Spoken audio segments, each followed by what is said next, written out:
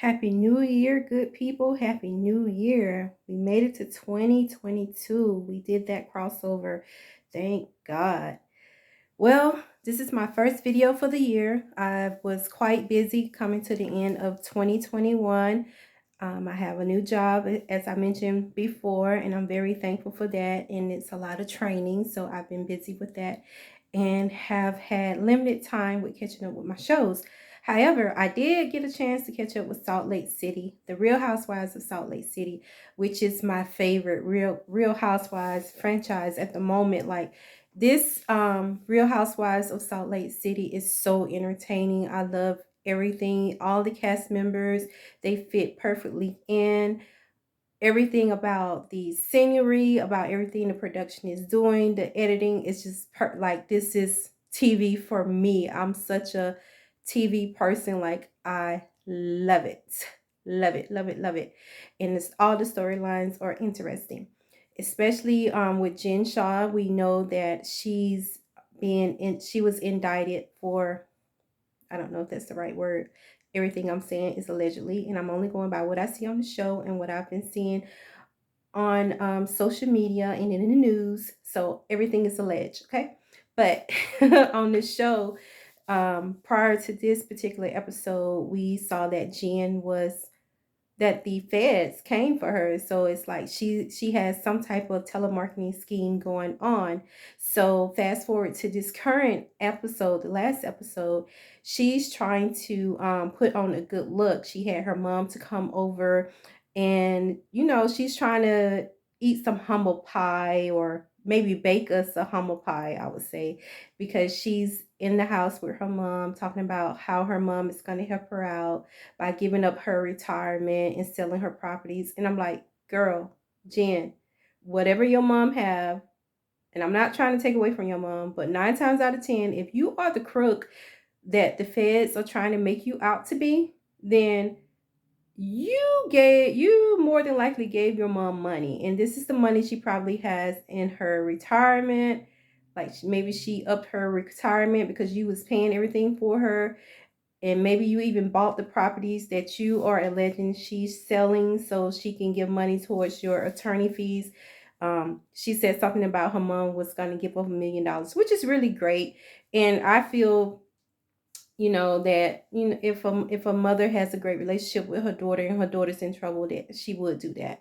However, I also feel that if there's a crook such as what Jen has been charged as, she's been accused of being a crook, then a crook would do anything. And I could see her giving money to her mom to hide. And so whatever her mom's giving up, I wouldn't doubt that it's probably some money that Jen had already given to her, which was allegedly stolen from victims. So she's trying to sell us with, give us a slice of humble pie, with her and her mom talking about her mom giving her the money to help with her attorney fees. And also at the same time while they're talking, she's packing these different little care packages for the Tonga, I guess something dealing with her culture, where she's from. She's Hawaiian from my understanding. So they're going to give those people, the people that's in need, packages, how you can donate hygiene products. So she was there with the Ziploc bags, putting in soap, deodorant,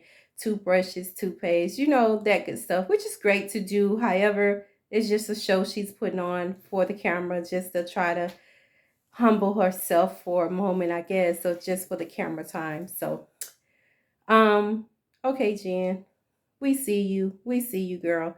So let's go over to the other main character who really makes the show interesting to me is Mary. And I don't know if it's Cosby or Crosby. But Mary, oh my goodness. I live for Mary. She is dead wrong with a lot of things that she's said and what she's done. She has made a lot of racial comments that's not nice, and it just shows that she's very socially awkward. And I don't know, it's kind of ignorant too, and I hate to call her that, but she has been she said a lot of rude things relating to other races, and it's not cool. Being an African American person myself, it's not something cool. She compared Jen to the cartels. Well, she said Mexican cartels. But at the same time, I think Mary, when I said ignorant, she really speaks without thinking, you know?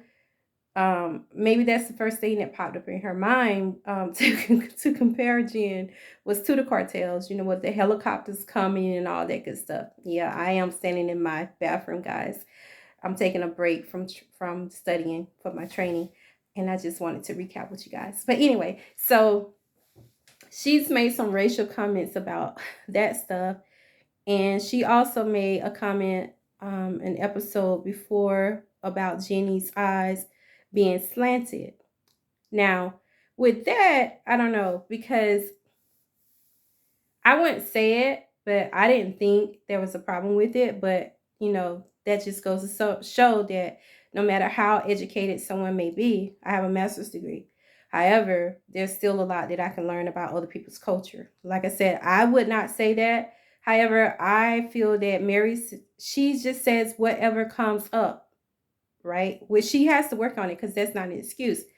But at the same time, this is from the lady showing Mary a picture of Jenny with a blonde wig on, and she was like squinting her eyes. Maybe she should have said squinting, like trying to make her, it seemed like she was trying to do a sexy look. And also, to be honest, there are a lot of different cultures. And I've seen this on YouTube. I've seen this in person. I have friends of different races. They take the eyeliner and they make the look like a squinted eye, so or a slanted eye. So I really didn't see a problem with it, but of course Jenny had a problem with it. And so on this episode, Jenny decided to call Mary out in front of all the ladies, which I don't care for Jenny, and I really hope this is her first and last season. I don't even know why they cast her. She's very loud to me, and it's like she's loud for no reason. I don't know, maybe I wouldn't even say she's tone deaf. I think she's just reaching for a moment. Just like she reached for a moment at the beginning when she first came on, trying to say that her husband wanted a sister wife. Yeah, right. So Jenny wanted to call Mary out in front of all the other women at um Whitney's show that she was having to, you know, celebrate whatever she's selling, her wild rose. I like Whitney. I really like the way she breaks things down. I love everything about her so far. I don't like the way that Mary has talked down to Whitney. I think she's been very rude to Whitney, and I hope that they can come to a good place. I love Heather. She's my girl. And Heather, she speaks the truth. I really like her. Okay, so on this episode, and I apologize for being all over the place, but on this particular episode, Jenny calls Mary out and she wants her in front of all the other ladies because she said that Mary's always backtracking on her words, which we have seen that with Mary. However, I feel that Jenny just wanted a moment for herself. Jenny, you don't get this moment because it was nonsense. She brings the shoes that Mary gave to her when they was on the trip to Vail, and she wants to give them back to Mary, which she passes the shoes to Mary, and then they land in Jen's lap because lo and behold, behind Mary's back, Lisa shared with Jenny that the shoes were a gift for Jen, and they were meant for Jen. So Jenny, she wants to return the shoes to Mary because she said they were regifted, which they were not regifted, because a regift is when it would have been if someone would have given the shoes to Mary as a gift, and if Mary decided she did not want the shoes and if she gave them to another person as a gift, that's a regift. That's not the case. The thing is that Mary, she bought the shoes to give to Jen. However, she decided to give the shoes to Jenny. And the shoes are brand new. They're red bottoms, so there are no marks whatsoever. And the shoes are bomb. Those are some bomb ass shoes. Like, girl, I wouldn't have gave you nothing back. I probably would have told you I didn't appreciate you giving me a gift that was meant for Jen, but I would have kept the shoes. However, Jen, she didn't hesitate. She was like, you don't want red bottoms? She was like, I'll be Cinderella. I take these. They fit her perfectly. So that was cool of Jen on Jen's part. So Jenny, she just looked crazy doing the whole thing. But over to our girl, Mary. Mary, it is true. She keeps backtracking, and I need her to keep up with her stuff. Like, keep up with what you're saying. Because not only to the ladies, you're confusing us in your confessionals. She gives us a confessional saying that she gave the shoes to Jenny because she wanted to make her luggage lighter. She gives another confessional saying, oh, well, she just grabbed some stuff and she overpacked and she just wanted to make her luggage lighter, and that's why she gave all the women a gift. But then she comes back and she said, "Oh, these are gifts that I had in the car when I hosted the cooking class, and nobody came out to the car to help her with the gifts, so she didn't give them to them. So what she did was she just took them with her to Vail, and she gave them to them all in Vail. So it's like, okay, Mary, what is it? Did you actually bring a gift for them? Did you overpack? What is it? What? So she can be very confusing and it's just crazy. But I'm loving every moment, and I hope that she continues to be on the show if they continue on to have another season. But today, with me taking breaks and stuff throughout my day, I happened to log on and I heard on Sherelle's World. I tuned into her and also Kempire and Up and Adam. However, on Sherelle World today, it was a live broadcasting that they had. And they had one of Mary's cousins on there, which is kind of ugly that Mary's family is coming forward dishing dirt on her.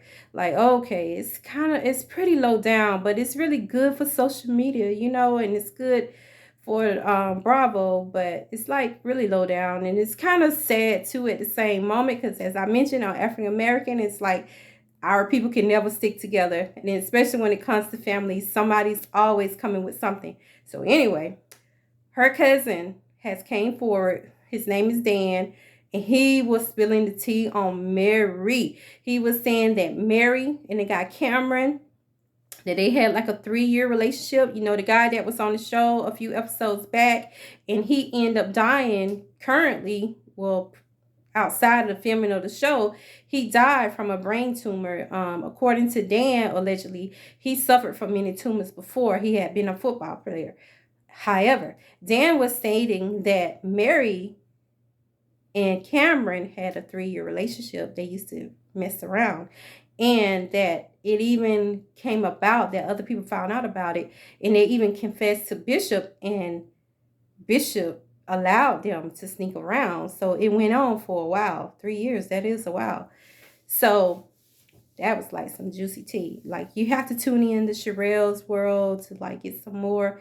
Even though I was like, okay, well, it's kind of strange that he's coming forward. You have to watch people that's coming forward with all this information, but it was interesting. So I don't know if he's lying or not. But he was going on and on about how cruel Robert, Mary's husband, who's the bishop, how he's cruel and how he's handed everything over to Mary. Him and Mary got together.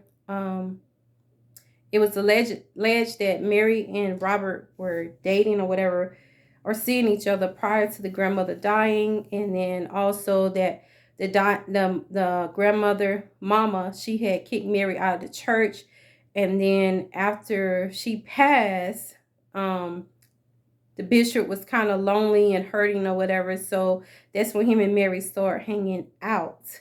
And so it's like they wanted to get the approval for the church when they already knew they were together, and then they got married. So it's just really shady anyway for Mary to marry her grandfather. And from the outside looking in, when I first heard about it, I was like, okay, well, I can see what happened.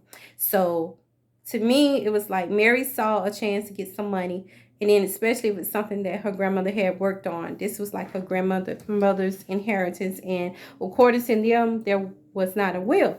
So by default, anyway, the bishop, he was going to get everything because he's the spouse, and that's usually how it goes most times. Anytime you don't have a will, if you don't have anything ironed out or written out, then it will default to your spouse. Like everything goes to your spouse. You guys remember that, right? Better have your things in order. So from the outside looking in, at the beginning when I heard about her marrying her grandfather, even though he was her step grandfather, I'm like, okay, that's hella weird, because why would you want to be with someone that's been with your grandmother? It's very, very weird. It's a weird. The whole family is weird totally, because not only has this Dan guy came forward giving information, she has I think it's her uncle, cousin. No, it's mama's son. Yeah, so it would be her uncle, because Mary is the granddaughter. He came forward. They call him Uncle Ernest. Ernest. He's been on Sherelle's World too, and I think also up in Adam. He was also spilling the tea. But one time, Uncle Ernest, he was saying that he was down. He was for Mary and Robert getting married and being together.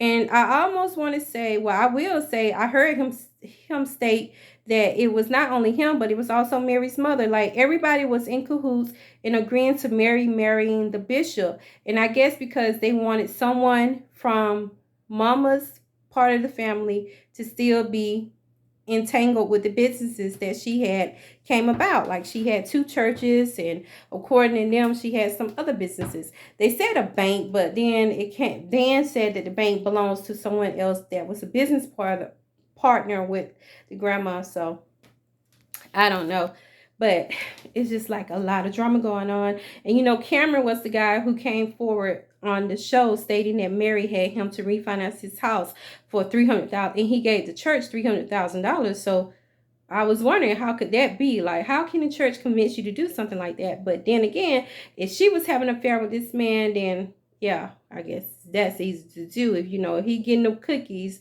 she getting that bank. So I was like, oh, wow. And then they also made comments about her son, which I'm not going to repeat because I don't think they should have done that. I think he hasn't even turned 18 yet, or maybe he is 18, but yet and still, he's a child, and he's already having to deal with a lot, especially with his mother being married to his grandfather, his great grandfather, to his great grandma's husband or whatever. So it's like, it's already a strange situation. So why even bring that boy's name up? So I didn't like that part. So, but Real Housewives of Salt Lake City. So upcoming in the next episode is showing that Jen and Lisa's gonna get into it. Everybody's been giving Lisa a hard ass time on this show, and it seems that Lisa's been doing a lot of backhand stuff. Only thing I like when Lisa, she says, I love it, no matter what it is. So she's kind of quirky. And Meredith, she has a problem with Jen from what Jen said last season about her son, which I understand, because Jen got really pissed off last season, you guys remember, because the boy Brooks, he was stating that Jen was inappropriate at their home when she came and she kicked her legs up and he could see her punani. So she went off on a deep end about that, calling the boy out for his sexuality when he hasn't even came forward about it. So Meredith, she didn't appreciate that, and she was like, that was an attack on her child, attack on her family. And I could see that, because no matter if he is 20, 21, whatever age he may be, to her, that could be her son. He's a child to her, and she went too far. So Meredith is still hanging on to that. But rumors are that Meredith and Jen have been cheating with the same guy. Like, they both were slipping out on their husbands. So I don't know. But I kind of feel that it's from the things that Jen said and tweeted about Brooks that was really foul.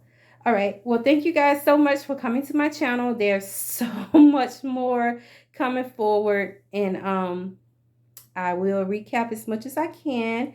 And I hope you guys subscribe. I hope you like and leave me a comment, and have a blessed, happy new year. And I miss doing my recaps. I'm so happy that I was able to do it today. Have a good night.